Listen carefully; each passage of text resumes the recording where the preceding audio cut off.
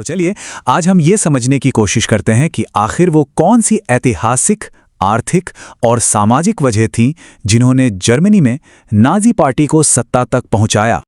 Nazi party ने अपनी ताकत और एकता का एक ऐसा जबरदस्त दिखावा किया, उनकी भव्य रैलियों में लाखों लोग खींचे चले आते थे।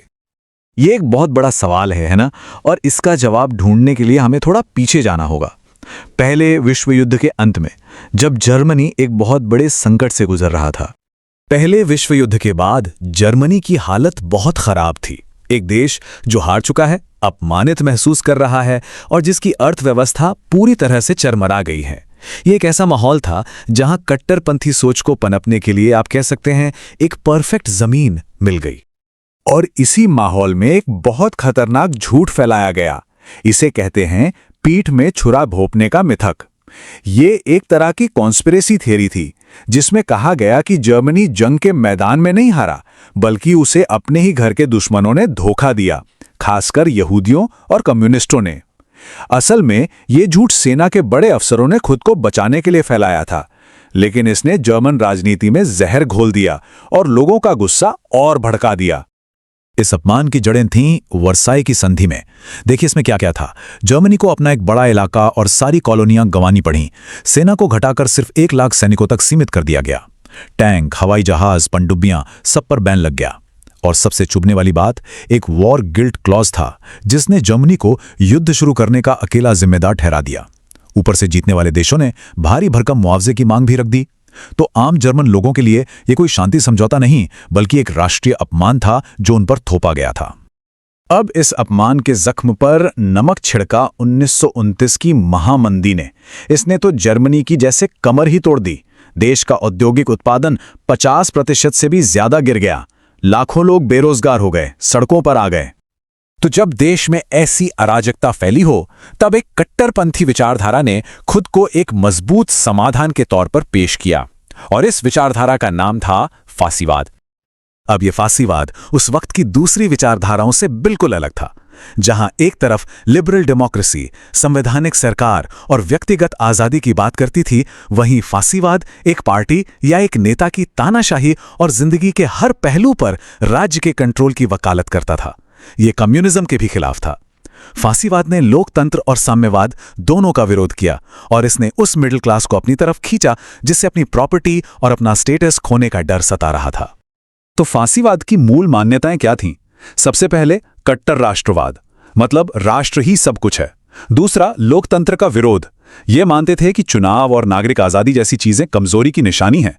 तीसरा, अधिनायकवाद, यानी राज्य के पास असीमित शक्ति होनी चाहिए। फिर आता है नेता पूजा। एक करिश्माई नेता ही पूरे देश की इच्छा का प्रतीक है। हिंसा का महिमा मंडन, अपने दुश्मनों को कुचलने के लिए ताकत का इस्तेमाल जरूरी है। और आखिर में नस्लवाद, ये मानना कि एक नस्ल दूसरों से बेहतर है और उसे राज करने का हक है। और इस पूरी स्थिति का फायदा उठाने के लिए एक शख्स सामने आया, एडोल्फ हिटलर। वो एक जबरदस्त वक्ता था और उसने जर्मनी के लोगों के गुस्से और शिकायतों का बड़ी चालाकी से इस्तेमाल किया और अपनी नाजी पार्टी को गुमनामी के अंधेरों से निकालकर सत्ता के शिखर तक पहुंचा दिया। तो चलिए देखते हैं कि कैसे जर्मनी में लोकतंत्र का अंत हुआ।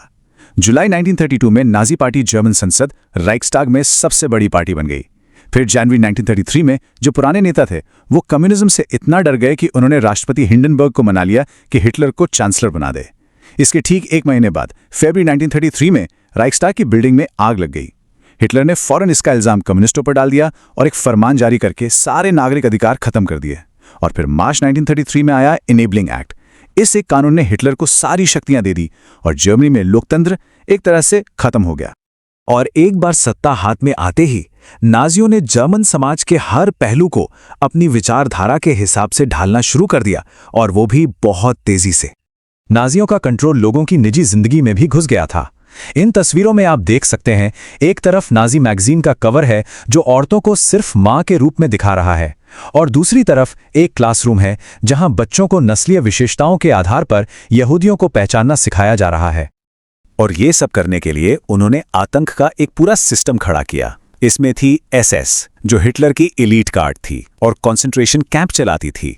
फिर थी गेस्टापो, खुफिया पुलिस। जो बिना किसी कानून के काम करती थी। प्रोपेगेंडा का जबरदस्त इस्तेमाल हुआ। सरकारी मीडिया दिन रात हिटलर की बड़ाई करता और दुश्मनों को शैतान बनाकर दिखाता था। और आखिर में नाजीकरण, यानी बाकी सभी पॉलिटिकल पार्टियों, ट्रेड यूनियनों, सब पर पाबंदी लगा दी गई। देखिए, युद्ध के बाद अक्सर ये कहा गया कि जर्मन सेना तो निर्दोष थी, वो सिर्फ आदेश मान रही थी। ये एक मिथक था जिसे बाद में गढ़ा गया।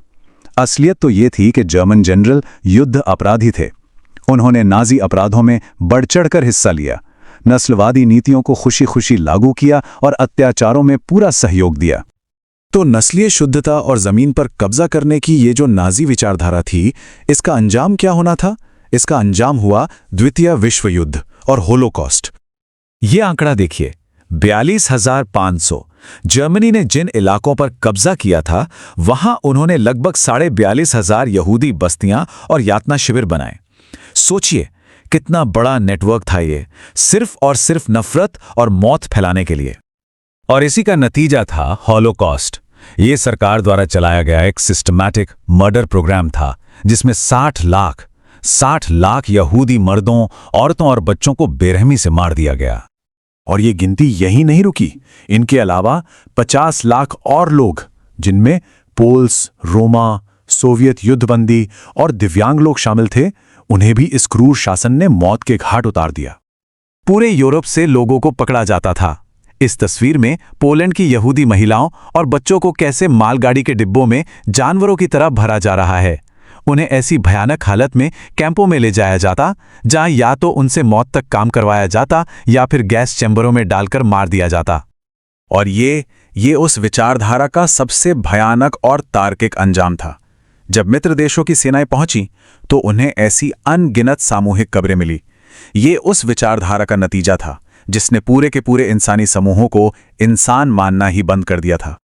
तो ये सब जानने के बाद एक सवाल मन में उठता है कि वो कौन से खतरे के संकेत होते हैं जब कोई समाज लोकतंत्र के रास्ते से भटकने लगता है। नाजियों का सत्ता में आना इतिहास की एक बहुत बड़ी चेतावनी है।